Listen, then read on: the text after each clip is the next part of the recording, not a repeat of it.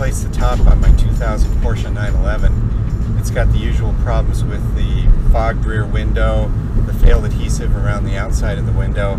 In fact, it's amazing. I got 16 years and 240,000 miles of life out of that original top. I bought a new top from GAHH with a glass rear window, and I decided to do the work myself. It took about 60 hours of my time, very difficult job, and that doesn't include the help I got from my dad and my daughters and my girlfriend. So the good thing for you is that you get to benefit by learning from my mistakes.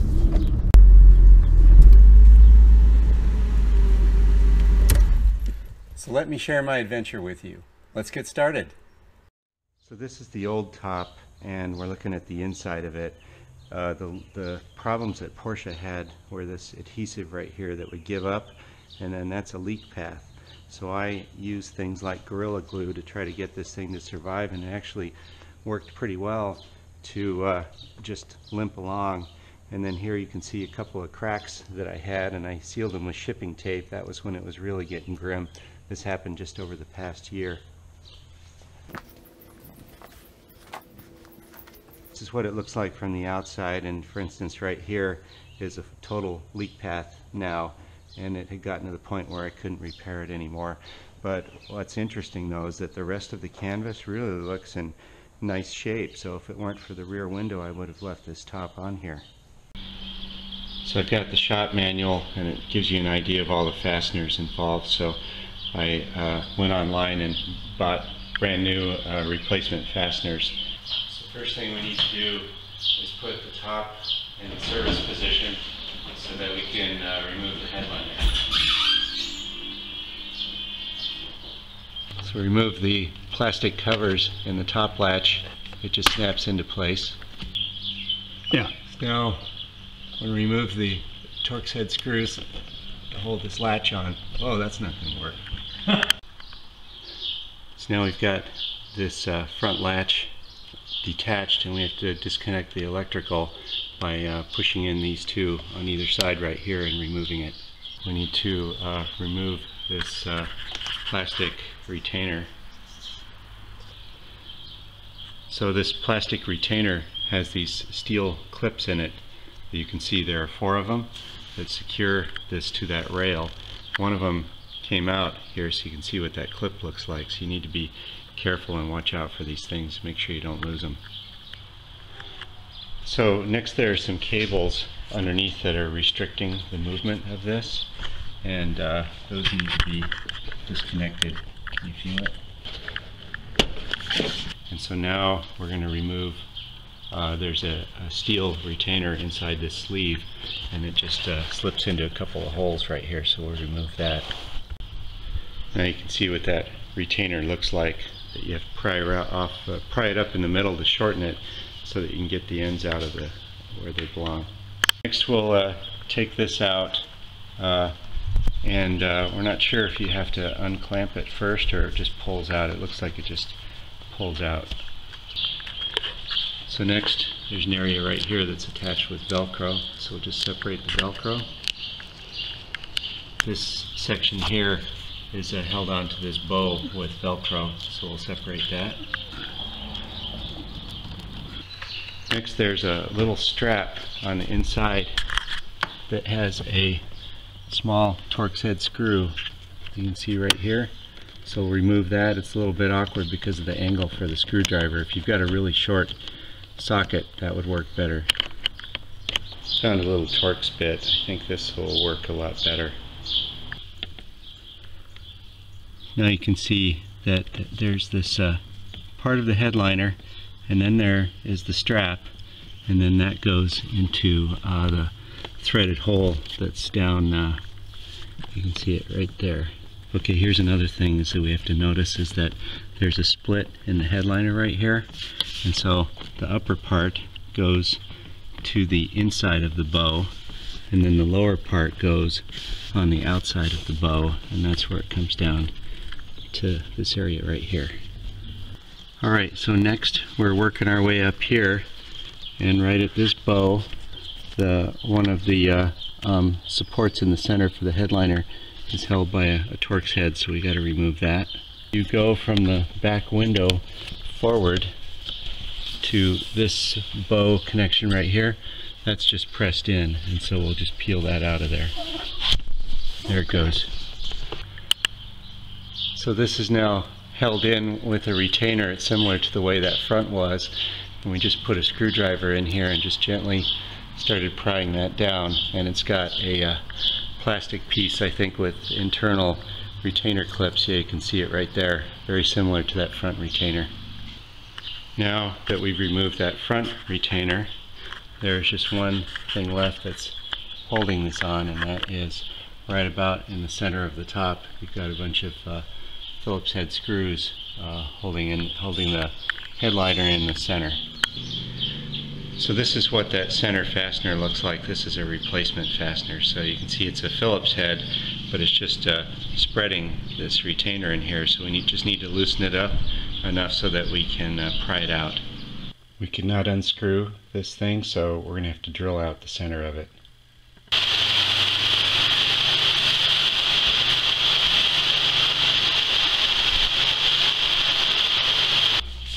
So in order to get these out, we ended up using a progression of drills going all the way from 7/64 to 11/64, and just started small and went larger and larger until we had pretty much removed the entire internal fastener, and then we were able to pry all of these out.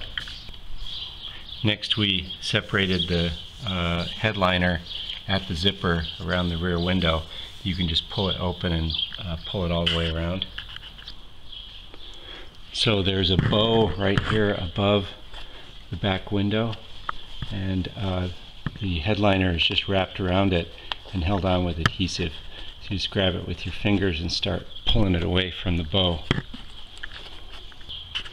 Okay, next we need to go to this bow right here on the inside, and there's the strip right here. So we take those off, 3 fasteners off with the torque screwdriver. So once you've removed that cover for the main bow, now it's not removed actually, it's just it's separated from the bow, and you can move it to the side and expose this spring, tensioning spring, and now we can remove that. Okay, now we'll take off the tension bow where it bolts on out at the end. Now we're at the rear where the seal is, and we're going to disconnect this from the rear structure. So there is a Torx head screw here, and then 2 on the inside here, and then there's 1 on the outside here. So we're hoping after we remove that whole thing will come loose. Okay, the lower screw is the same size as the upper screw, shorter one, and the 2 longer ones go in the middle.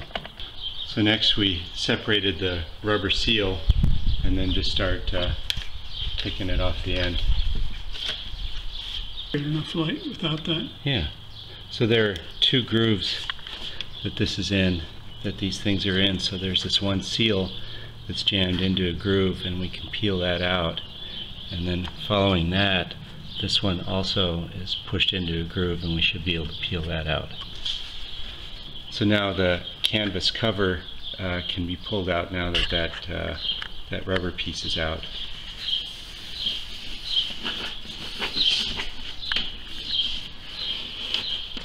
I should have mentioned while we're disassembling, we put everything in a baggie and label it for each section, and then try to remember what we called that section. So we probably used about 15 baggies. Now we're going to move forward, and there's some Torx head screws from the inside here that you, with the headliner gone now you can get at them from this side. So we have to remove these fasteners here, here, here, and here. There's a little steel plate that is clamping the convertible top cover to this structure right here. And then now the convertible top cover is disconnected in this area. So next we have to separate this strap here, there's a plastic snap-in connection that's actually there to hold the wiring harness that goes along the inside of this, but it looks like it's pinched in here, so we'll remove this, hopefully get that strap out, and then pop the wiring harness temporarily back in here. Okay, so we were right, with a 7/32 socket we were able to get the tines on this thing small enough to push it through, and then you can see that this little tab here is pinched in there, so we'll remove that. And so now we're on the side, and if you peel down the rubber you can see a Torx head fastener. I think there are 3 of them in there, so we'll remove those next. 4. So there's one more fastener on the front side of this Torx head. And now we need to remove the fasteners along the front. So there are some Torx head screws coming along the bottom here. Take those out. Now the rubber seal should come loose. So there's some adhesive there at the corner. So now we have to come up from underneath here, and there are some Phillips head screws got to remove. Okay, so at the rearmost position there's rubber overlapping. You have to pull that aside, exposes the last screw. So we go back to the front and we go underneath, and we're peeling it. There's double-sided tape in here.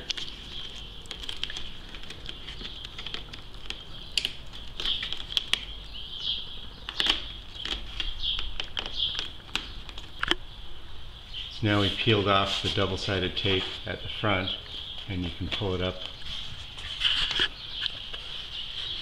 And now you can see the structure that it was attached to from below.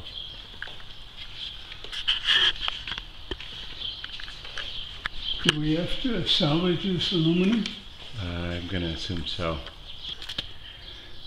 So we go back to the interior, and we had not quite taken off all of the headliner, and so there's some double-sided tape that's securing it to roughly the middle of the convertible top. So we'll separate that now.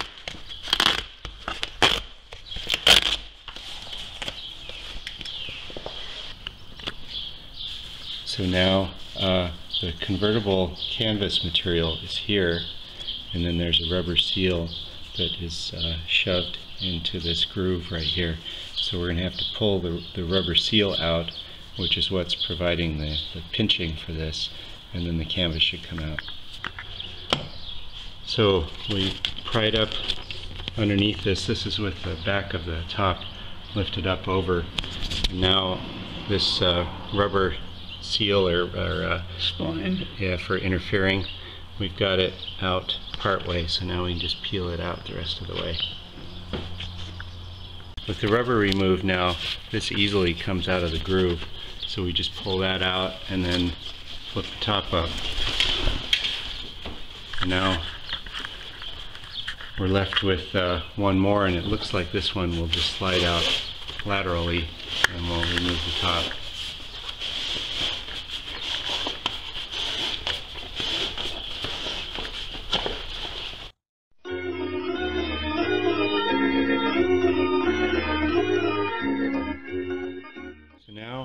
We want to take off this side piece for the headliner, and so to get that off, if you go to this rubber seal right here and peel it aside, you can see a screw right in there, and so there are 4 of those, so you have to remove all of those. And then once you remove those, if we go to the other side, you can see this is the piece that came out, and once that is removed, then you can see the headliner is attached to this piece here, and then there are some screws holding that on, 3 of them. So we're going to remove those, but then in the meantime you can see right here that this headliner is riveted to this part. So we're going to have to drill out those rivets and then decide if we're going to secure that back with a rivet or with a screw.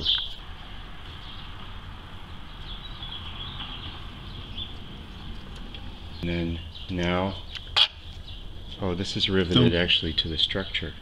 Yeah, this wire loom is in there. So, maybe we didn't need to take this off. well, we have to get it out so that we got a clear shot at the rivets. Yeah. Yeah, you're gonna have to drill those out. And So in order to get the rivets out, they're 1/8 inch rivets, so we drill them out with a 1/8 inch drill, and then just got partway into the rivet, and then used a nail setter to pound the rivet out. Okay, so now we've used the old headliner side flap as a reference and have it over the new headliner, and we're marking the holes where the rivets go, and then we'll punch those out. So now we've marked the holes, and we'll hit them with a leather punch.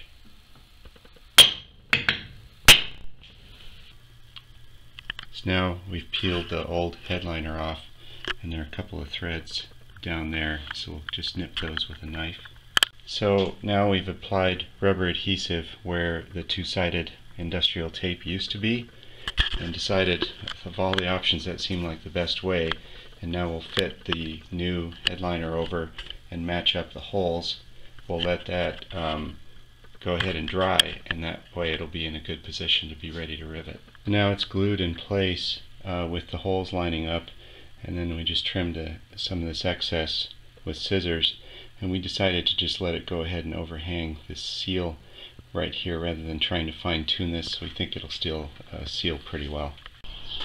So now we're getting ready to rivet it back in place. One thing we noticed was the original part had 3 of the same size rivets, but the bottom hole is actually deeper. So we're going to use a little bit longer rivet in the bottom one than the rest, because the original one, the rivet wasn't formed properly. Right, we've got this riveted now, and the rivets look good. And so now we'll reattach this part, put it back behind, put the screws in there, and then follow up with the seal. So now we're screwing the seal assembly back in, and all of the holes are slotted, so we just are going back to the witness marks of where it was last time. Alright, so we've got the seal back on, and this looks really nice. So that process works so well that we will use exactly the same procedure for the other side. So we're on the other side, and actually only the top rivet was properly formed. We had to drill that one out. The rest of them, just a couple of hits with a punch and they came out.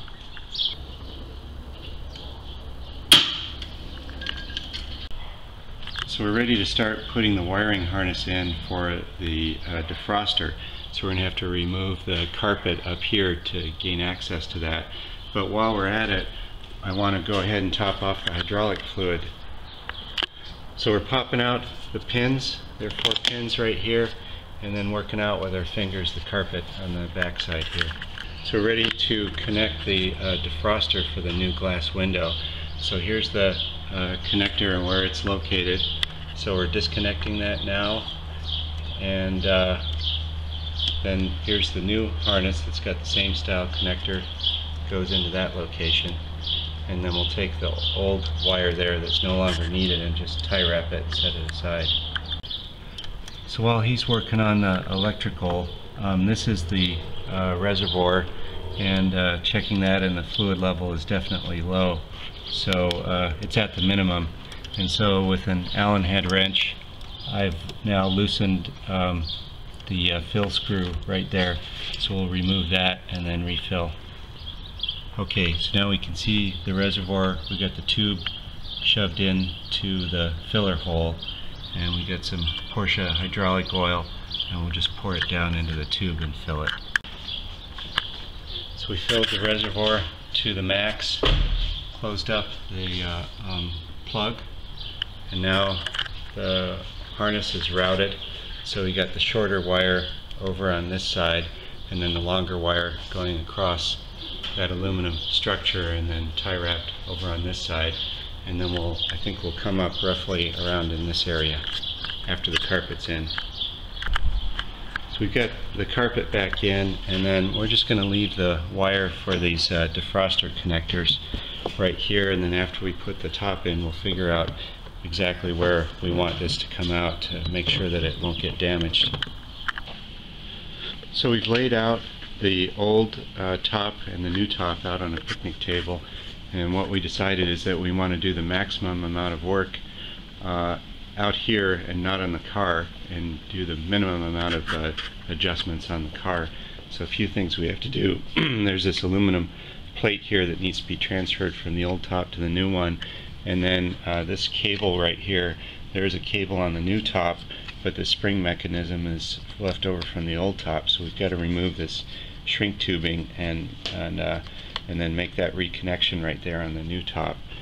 And then we need to recover that spring, of course. And the most important thing, though, has to do with the measurements that we need to make to figure out how long it needs to be from front to back, and to position those aluminum parts side to side. So the original top already has markings on it where you can tell they had located the center when they were building it, and similarly the new top, we can find marks on it where the center is located, and so we'll make our measurements on both and then figure out where that aluminum plate goes as probably the first step. So now we're cutting back the shrink tubing so that we can, on the old top, so that we can expose the eyelet, and then we can separate the cable from the spring here, and then we'll be able to remove this aluminum plate with the spring on it and transfer that over to the new top. So the new top comes with two fittings here on the side.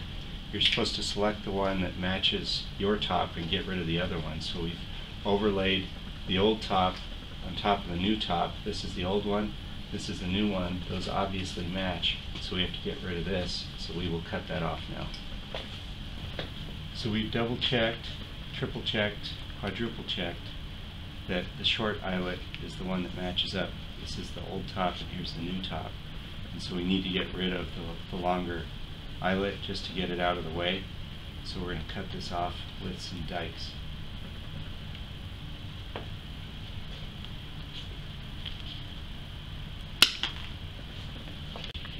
So to locate these parts, we've got a center line from the original top and a center line from the new top. There are lots of witness marks on both tops to show you where that center line is. And then we have another reference line that we created on both tops. It's at the same position that goes across at 90 degrees. And then we located these two holes that look like they're manufacturing holes for this piece, and then marked on the new top where those need to be relative to the same lines. And then once we take that part off, we'll locate it on here with those two reference marks for the holes, and use that to decide where to apply the double-sided tape and then fix this. So now we're going to take off this aluminum sheet. So we're peeling back. It's got looks like double-sided tape or adhesive, can't tell which yet, that's securing that, and then we'll leave the other one in place and have it as a reference while we're starting to put this on the new top. So we've made the attachment of the old aluminum plate with the spring and fitting, and here, I'll hold that, Dad, and applied shrink tubing on there. So now we put the inner shrink tubing on, and we're going to move the thicker shrink tubing on it to get it over the eye. Now we need to transfer this tensioning spring that's in the center of the old top, put it on the new top.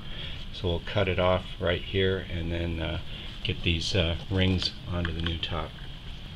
So we attached the spring and this hoop onto the new top. That was no problem. This was a bear, and we could not do it without significantly distorting. We ended up backing it out, distort the end of the spring, and then put it through the loop, and then try to bend the spring back into the condition that it was before. So it worked, and it will work fine, but don't even bother to try to just push that thing in there without distorting the spring first. So now we have to figure out how to position this new cardboard or phenolic or whatever it is in the same place as the original one. So what we did is, using these reference lines again that are the same on both tops, we took a measurement of the profile here and how it changes with the width, and recorded that on a piece of paper here, and then we made marks to indicate where the forward edge of this should be. as you progress around here. And there are a few spots where it actually needs to overhang, where it's cut a little bit, and a few spots where it needs to be inside a little bit. So next we will use some contact adhesive and form this thing into the right profile, and then secure it along here, and then clamp it with the board. So to secure the covering to this aluminum piece, we use double-sided tape in here, and then we positioned these holes according to marks here, so they were in the same place relative to where it was on the old top. And then once we had positioned that right, we clamped the double-sided tape on here, and then we let it sit for a while. Already did it on that side and it worked fine. So we put contact cement on the convertible top cover and on this cardboard type material, and then put it in position according to that profile that we had marked out. So it's a little bit actually overlapping here, and then it's pretty close to the edge of the material here. And then we clamped it up to a piece of plywood, and then we'll let that cure a little bit, go take a break, and then we'll be ready to go position it on the car. So we did a trial fitting. We clamped the front of this with this phenolic type material fitting into a groove up here in the magnesium, and then we checked how this aluminum fits on the side and eyeballed the holes in here. We marked the hole positions and compared them to the holes that we have to go through down there, and they look about right. And then once we had fitted that, then we lined it up with the center. There's a mark here and a mark in the roof. We lined that up, and then we folded this part around this bow and marked where the holes would be here for this, but we're not going to punch those yet because we're not sure that's the right thing to do, but it might be. And now oh, and then one more thing is we need to remember that this needs a hole in it. So we'll take this off and put the hole in this just the same as it is on the old top, and then we'll bring this part. Oh, and then we're also going to measure these holes here and mark them in the new top according to the same measurements and references as the old one, and then we'll go put it back in and see how it fits. There, we tried it inside and came up with these marks, and we take it off the old one and came up with these marks. Right, but it's a reality check. Yeah. Right? Yeah. So we took the measurements for these holes from this one and transferred it over here and came up with these center marks, which are all located relative to these reference lines we drew. So what we decided to do is we're going to punch that hole with a punch that is smaller diameter than the hole we have here, and we think that's safe, but it will not work, and we're going to end up later having to grow that hole in order to assemble this thing. So these side straps, we decided to just put the hole right in the center of it, center it in both directions. We found that this original one is apparently stretched a little bit, and this one was not on the other side, but there's not much room to put that hole anyway, so we just decided let's just put it in the center where it looks like it belongs. So now we're working on these aluminum plates, and we ended up finding that we were not happy with the way this plate was positioned. It was too far forward. So now we've adjusted it. We've decided to adjust it further to the rear. So next we cut out the notches here so that we can bolt up and get clearance from underneath, so that the plate will go up securely against the boss. So at the outside seam we cut it similar to the way it was on the original top, cutting at the seam and going inside with kind of a V, and that's to clear the boss that's on the very outside. On the side right here where this notch is, we need to cut that back, but we have to be careful. You need for this piece here to fold in, but this does not fold in, so that's why you have to cut it. So we're going to cut it back very gently, because if you go past the corner it'll be visible, so we'll be conservative in going back. So we fastened the side of this with a conservative approach on cutting back the canvas, and it's we can feel it's a little bit bunched up right here, and similarly, but less so on the other side. So what we've done is with that grease pencil, we've marked the visible edge of the canvas, so we'll know that we don't want to cut within, say, 1/8 of an inch of that. And then we'll disassemble it, cut it back a little bit further here, and then go ahead and more permanently push back the canvas in this area, and then it should bunch up less when we assemble it again. Okay, so we took it back apart, and you can see how deep we had cut this versus where the visible line is. So that means we can go about another 1/8 of an inch right there with some level of comfort, and that should allow this to fit better in here. So the rubber molding has a steel clip that has to fit into this groove right here from underneath, so we had to relieve this on both sides. So we had folded this over and we're getting ready to fit this front clamp, and the canvas moved this way just a little bit when this cardboard fit into its grooves, and then we got a little bit of wrinkling here. So we've disassembled this, and then we have moved that just 1/4 of an inch at the front, and we think that'll be enough to put it in the right spot. So we put it back on the double-sided tape and we got it clamped. Hopefully it'll stick pretty well, and then we'll take another shot at tightening this.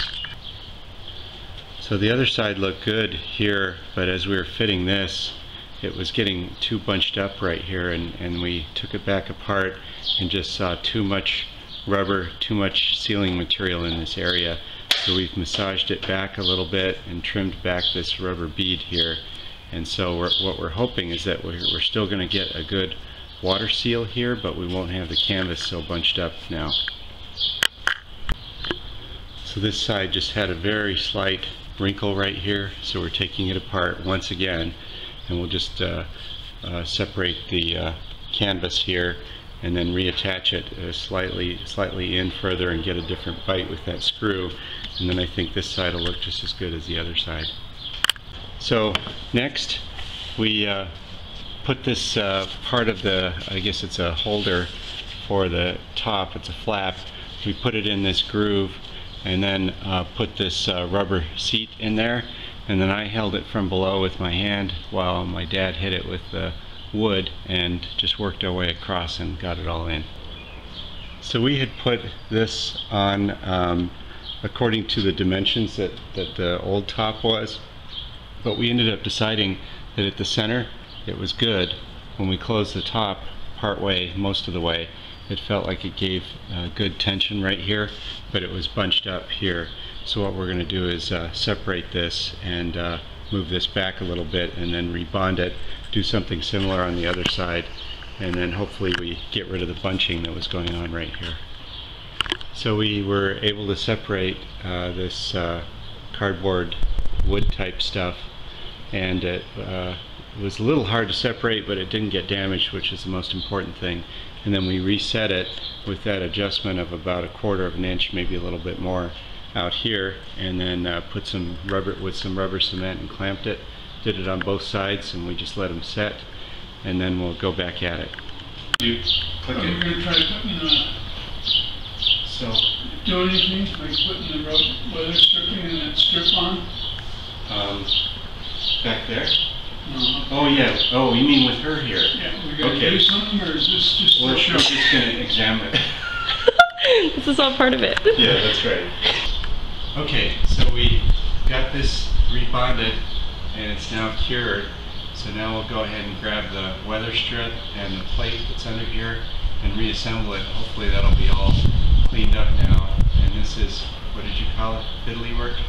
Yeah. So that's what we're doing now. Okay. So this end right here, this little flap is a little unruly, so we decided to put double-sided tape on it for this final time that we're going to clamp that in, and then wrap it around, and we'll clamp it in place as we start getting ready to put the seal and the rail back in. So we're putting the side seal on, and one thing you have to remember is this rubber stop right here needs to be in place before you secure that.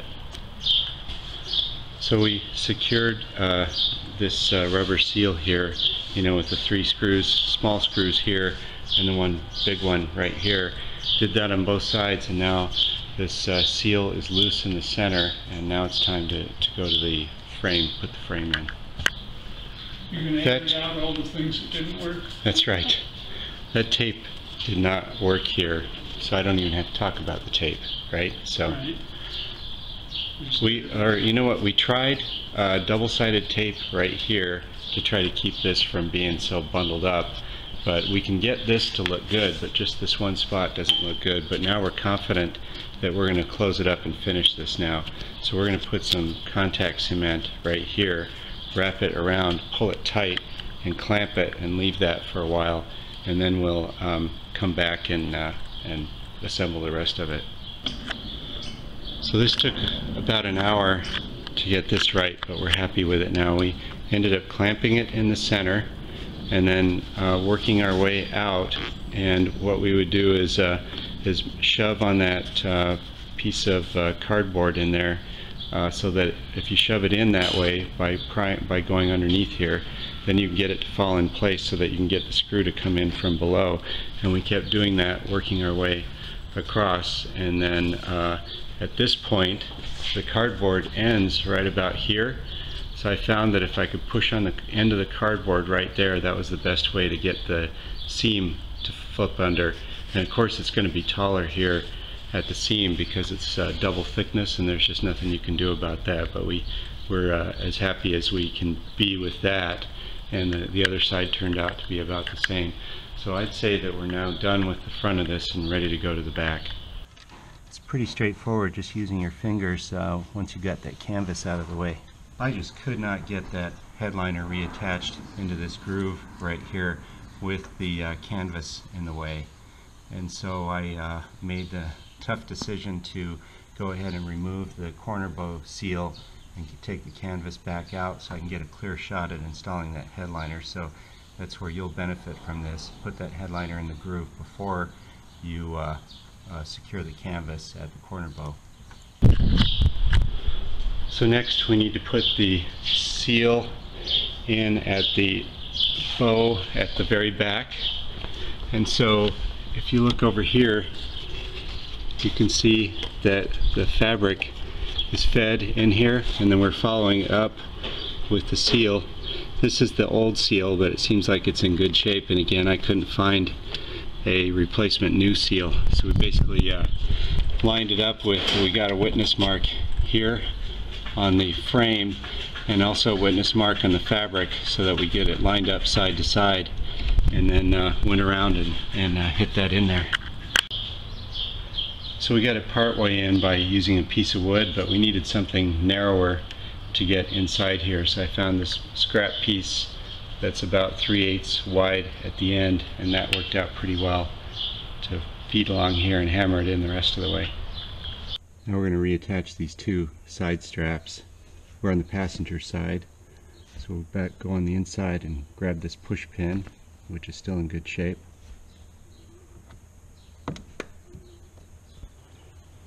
Now we're on the driver's side, and I'm looking at this push pin, and the original tape has pretty much fallen off of this, so we're going to have to fit up some new electrical tape to secure that properly. So just as you might expect, we find another problem, which was there was another connector down here that also had the electrical tape falling off of it, and this has a nice deep hole, so I'd use a screwdriver to get that pin out of there, and then rewrap that with electrical tape, and then put that one back in, and get this strap in here, push that one in. So we need to fit the side bracket on together with this flap on the new top. So I'm going back to the old top for some reference, and you can see that the bottom of this bracket matches up pretty well with the bottom of this pipe here, and then in all cases the bracket is pushed up against this piping including up here, and that's what holds it in place. So what we're going to do is mark these holes on the new top using this as the reference on how it was installed on the old top.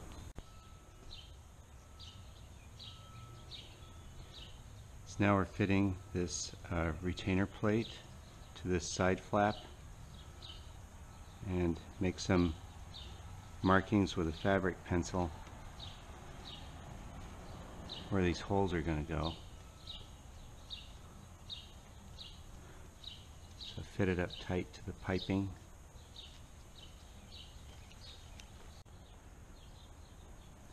So I'm going by the markings from the fabric pencil in order to put a wood screw in here. That fabric pencil has been very useful. Got that at Joanne Fabrics. Thank you to the ladies there at Joanne who are very helpful. So I get the wood screw in here, and I found that because that's a machine screw that's going in here, we do need a pretty good sized hole. So I've just been pulling the wood screw out after I get it in there, and it makes the hole big enough that I can get the machine screw in there. So the ergonomics are a little better out here and the light's better, so I'm going to go ahead and pre-assemble these machine screws to the fabric and the bracket out here, and then pull that sub-assembly around. So now we're inside the car. We're going to grab this bracket gently so those fasteners don't fall out. Remember that we had left this bracket right here, that's some kind of stop, had left that loose because this bracket has to go underneath that.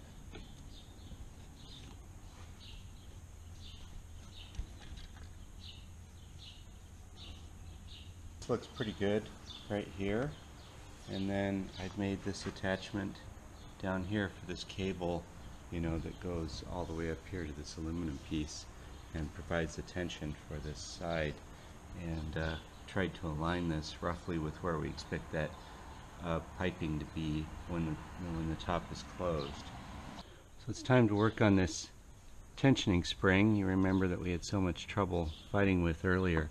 So I think I figured out what this is for on this strap, is that when this cable is, when you're in the process of folding, or probably also when it's folded, it pulls this strap in to keep this material here from getting pinched while it's slack, and then when the top goes forward, it then tightens this cable, which then pulls it, the tensioner out, so that the fabric is in the right position. So anyway, thank goodness I videoed this when I took it apart so I could see where it goes, but it goes on the inside of this right here, so we'll fit both of them between the canvas and this strap and run across. So this is the protector that was around the original spring. I got this with the new top, and I don't think that's what that is for, or else it's not the right size. So anyway, we're going to reuse the old one. You thought we made this video for you, but it's for us, so we can figure out how to put this thing back together by retracing our steps. So this is the holder for the tensioner, and it's oriented this way. So feed the spring through it.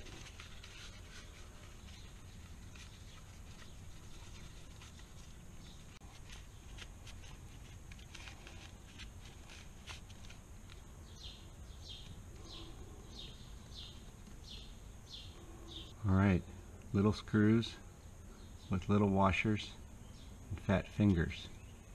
Great. So I went to put these screws in, and just with very light finger-like torque, I could feel they weren't going to hold any torque. So and then I pulled the screws out, and there was a lot of sheet metal in them, and I thought they were stripped, but if you look at it real closely, right underneath the head, the thread is undersized there. The thread doesn't go all the way under the head, and then it's got this very thin washer that goes in there, and so I'm thinking that there was just not enough thread underneath that washer to grip the sheet metal. So in other words, all three of those babies, there was hardly anything holding them in. So I ended up deciding to go to a little bit larger machine screw. So the original screws were M3.5, so an M4 by 0.7. I picked up some of those screws, looked up the drill size for the tap, and I don't have metric taps or metric drills. I have metric taps, but the drill size slightly bigger than 1/8 of an inch. The 1/8 inch drill already fit in the old hole, and the 9/64 did not, so it was already basically the right size to tap.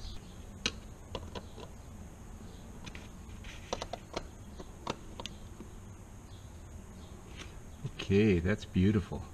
Okay, can we digress? So why do you work on your car yourself? I mean, one reason might be to save money, but I do it mostly because I want it done correctly. So I had to get some painting work done on this car, and they had to remove this door, and since then this little piece right here has lifted up a little bit. When I take these door inner liners off, I put the car out in the sun and let the sun beat down on this, and then you can gently get this out without distorting it. So I did that on that side a couple months ago, and it looks great. So, and another example is they took the seat out of this to do some work, took these little trim panels off that go on the front of the seat rail, and just jammed them on, bent the plastic all up. So when I had to take one of the seats out, I discovered all that, had to cut away some broken plastic and then gently put these babies back on. So anyway, that's one reason to do it yourself. I found out the hard way that you should put a trickle charger on this while you're working on it, because we had the doors open a lot and the lights come on and stay on. So I discharged this battery, and the battery was shot anyway, so I had to get a new battery. But you have to remember, you can lift the lid on the cars with the cable release and charge back here, but you can't, the top won't actuate while the rear is open, and it shouldn't. So you're going to have to remember to remove the charger, close the lid before you try to actuate this. The seal is surprisingly difficult to install, this rear bow seal. And so I ended up putting some WD-40 on it, and we'll try to work it in there. But you shouldn't feel bad. You can see some spots here where our friends in Zuffenhausen couldn't get it in all the way either. So got the seal in here. This was surprisingly difficult. That was an hour's worth of work to get that seal in. So, but you can see it's flush right here, and a nice fit right there all the way around.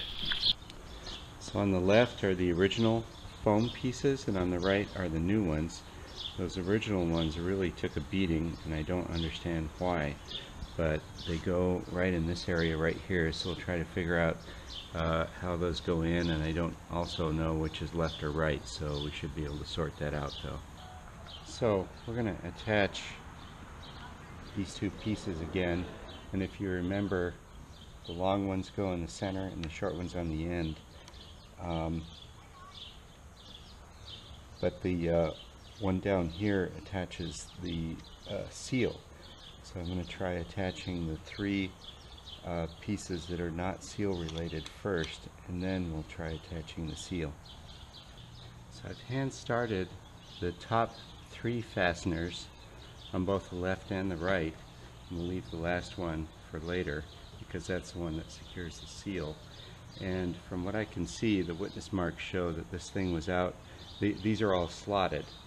So what we want to do is move it out to the limit of the slot and tighten the fasteners on both sides.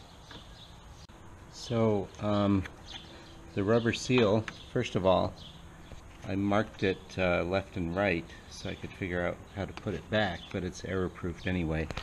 So you can see how this thing is going to fit like this. You have to peel back this seal right here so that you can rotate it into place, and it looks like that piece of filler goes right in here. Let's see if we can figure out how to orient that thing. Okay, I think I figured out where this thing goes. So this is the seal, and then this foam filler looks like it goes like this, and so we have to remove this adhesive backing and fix it to this rubber right here before we assemble it to the car. So I've assembled the left side, secured this fastener here, and you can see the foam right here.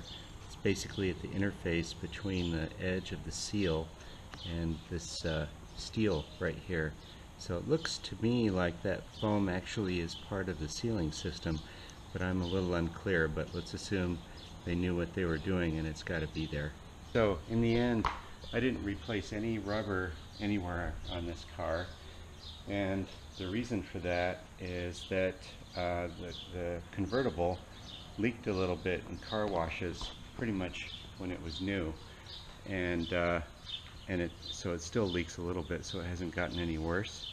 And then the second thing is that if you look at these rubber seals, they're gigantic and the rubber is in excellent shape, so I couldn't really see any justification for replacing the rubber.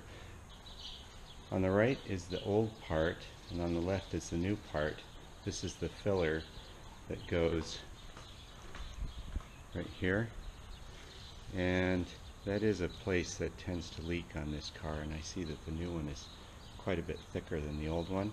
So I changed my mind. I'm going to go ahead and replace these and see if that helps with the leaking in that area.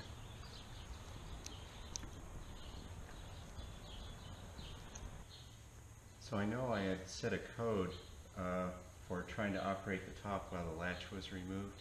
So I decided first I need to erase the fault codes, which I've just done, and then we'll see if we can get it to work. I went ahead and made the defroster connections because I think we're about to wrap things up back here.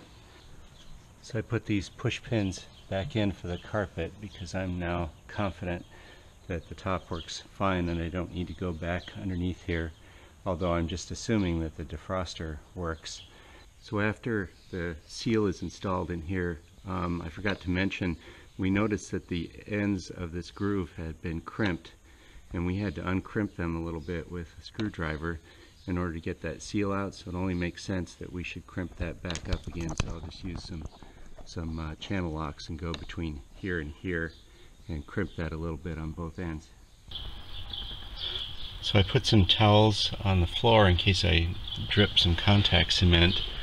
So you remember this flap, we had originally measured the holes on the old roof and put those in there right here, and then knowing that those could be expanded to get to the actual hole location. Well, the actual hole location is what this other hole is right here. So my advice is don't even bother to measure the old roof.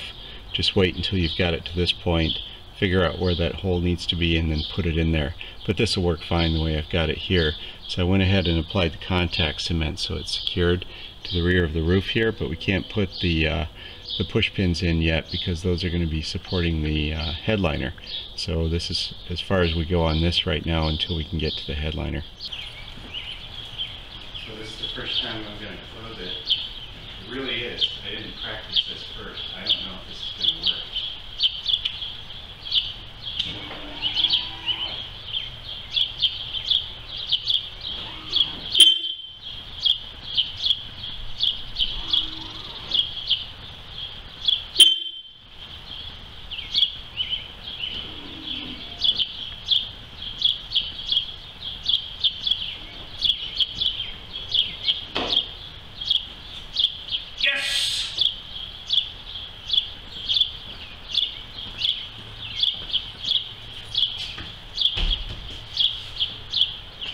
This is the original headliner, and we're going to be working on the front of it.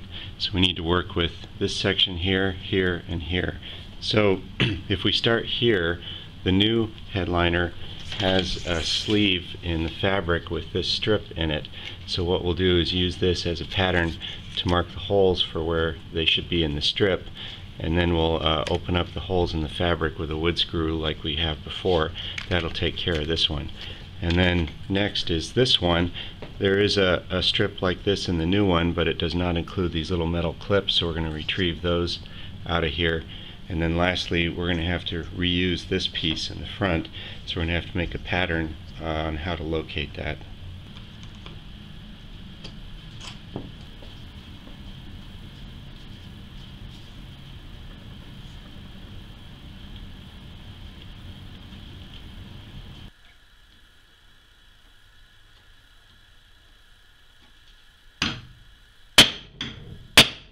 I just checked and the holes match up pretty well. My punch is a little bit smaller than this hole, but I still think it's going to work okay, and I'll open it up with a knife if I have a problem. Okay, we'll replace that one clip that fell out during the disassembly from this front retainer.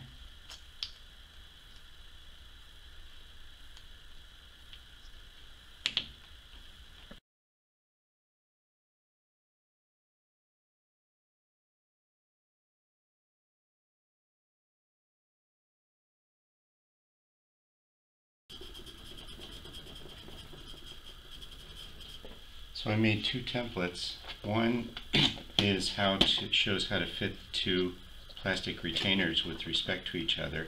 This is for locating them so that we can secure the fabric in the right place. And then I've got another one for showing how to wrap the fabric so that we get an approximate cut line. And so of course we'll cut higher than this, but I ultimately think it'll be pretty close to that pencil mark right here. And then the same pieces will work on both sides just by flipping them over.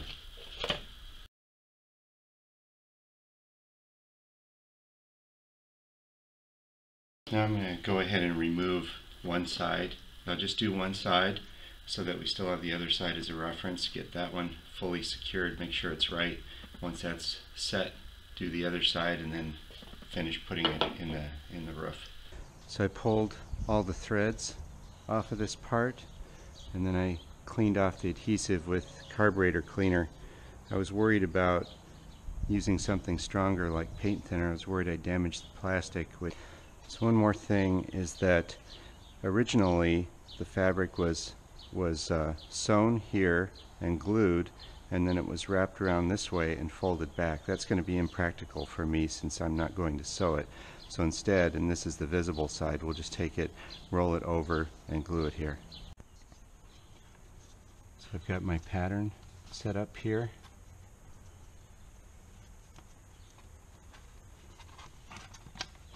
And then I fit the two plastic pieces, and then I'll wrap the fabric around right here and glue it. I ended up using some nail clippers and cut the threads right here, then put adhesive in there, and then re-sewed this with upholstery needle and upholstery thread. And now this is all glued across here, and then this will just fold over when the latch is put into place. So next I centered that plastic strip inside of here and then clamped it so it hopefully won't move much. And then I ran a small wood screw through the hole, through the fabric, and followed that up with a big wood screw, so hopefully that leaves a big enough hole that I can get those pins through. So I got these pins in, and what I'm going to do is push them up there, hopefully without and not put the center pin in until I'm quite sure that we're all done, and hopefully it'll stay up there. And I've got a little bit of help here. Yes, thank you for helping. So I started putting the bead into this bow, so now we're at the second bow up from the back window, or the second bow back from where we were just gluing this. And as usual, this is surprisingly difficult. So what I ended up doing was lubricating both the groove and the bead with WD-40, and then I'm going through with a screwdriver and just pushing it right at the point of attack with a screwdriver and then shoving it through with my fingers. And I'm making some slow progress here, so I guess that's just how you do it. So when I installed, according to the instructions, both of these two attachments just came down with time, so I'm going to have to do this more thoroughly. I could not get the bead to stay in this groove even with adhesive. The headliner is just too tight. So what I decided to do is I've got double-sided tape that I'm applying to the bead right here, so I'll run that all the way across. And then I was looking for some fabric that is that it will not stretch, and it's also compatible with double-sided tape and contact adhesive, and we've got it right here. I just recovered a piece from the old top, and so I'll connect that right here to this double-sided tape and then wrap it around here, and I'm pretty sure that that will finally solve this problem. This is secured now, it has double-sided tape and then contact cement, and then I also sewed this all the way across because I didn't want to ever have to deal with this again, so I'm quite sure that will never let loose. So next thing, we'll apply some glue here, some contact cement, and then fix this back up to the top and then partially close the top, and then we'll push that up to the contact cement and then open it again and push the fabric around here with it once it's got some slack in it, and that way hopefully it'll be in the right position fore aft. While we're at it, we'll take this opportunity to clean up the leather interior in the back seat. So that middle plastic connection snap fitting is too straight and it needs to be bowed. So what I did was built a couple of these things. They're 39.5 inches long, put a big thick towel at the top and the bottom, and then jammed it up in there to force the plastic piece up against the support in the roof. Left it in there overnight, and I got some curvature into that piece as a result. So this plastic piece right here, it did take some curvature when I used those struts to prop it up, but it's still not good enough, especially over here. So I put a little contact cement in this area here, and then clamp this thing up, put a little piece of shim in there so that I wouldn't clamp up on the fabric. Did that on both sides, so it's fitting nice and tight right now, and let that sit overnight, and I'm predicting that tomorrow that'll be held fast and then we can move on from there. After sitting overnight, I've removed the clamp, and this thing looks like it's going to stay now.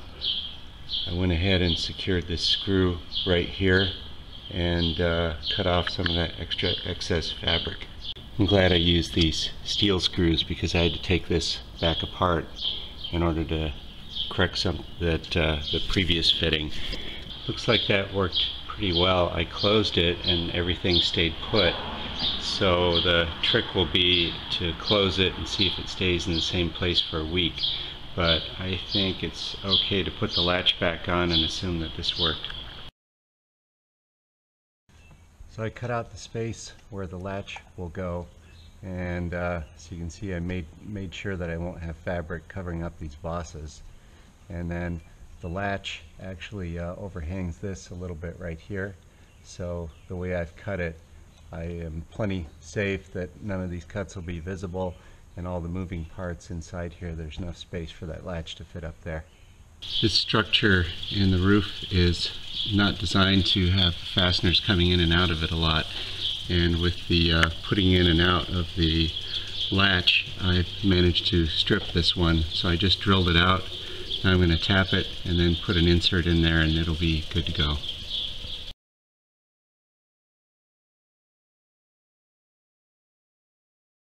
This tap is going in nicely. I've got a driver hooked up to this insert, and now I'll push it up into the tapped hole. The insert is in there now. I purposely only tapped partly through those threads so that that insert would reach to the end of the threads and want to stop, so it's found its natural home.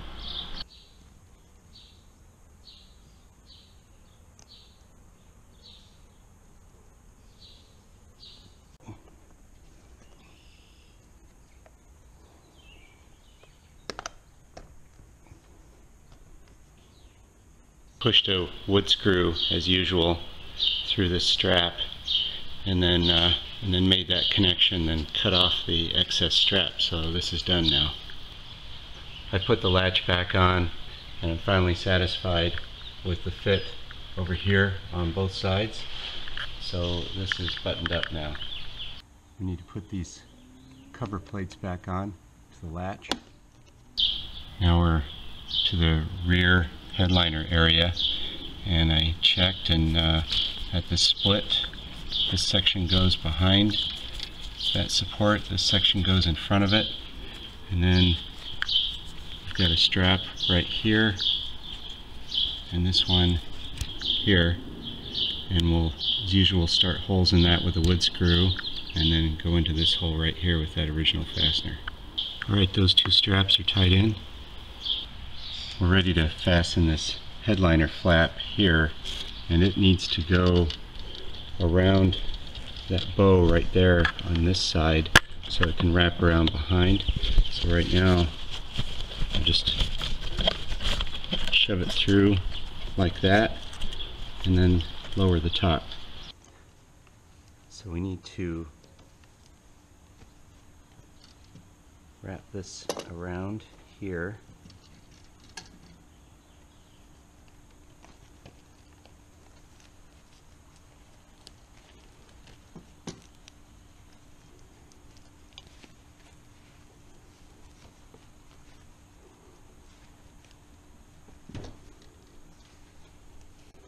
And I'm going to push that strap forward.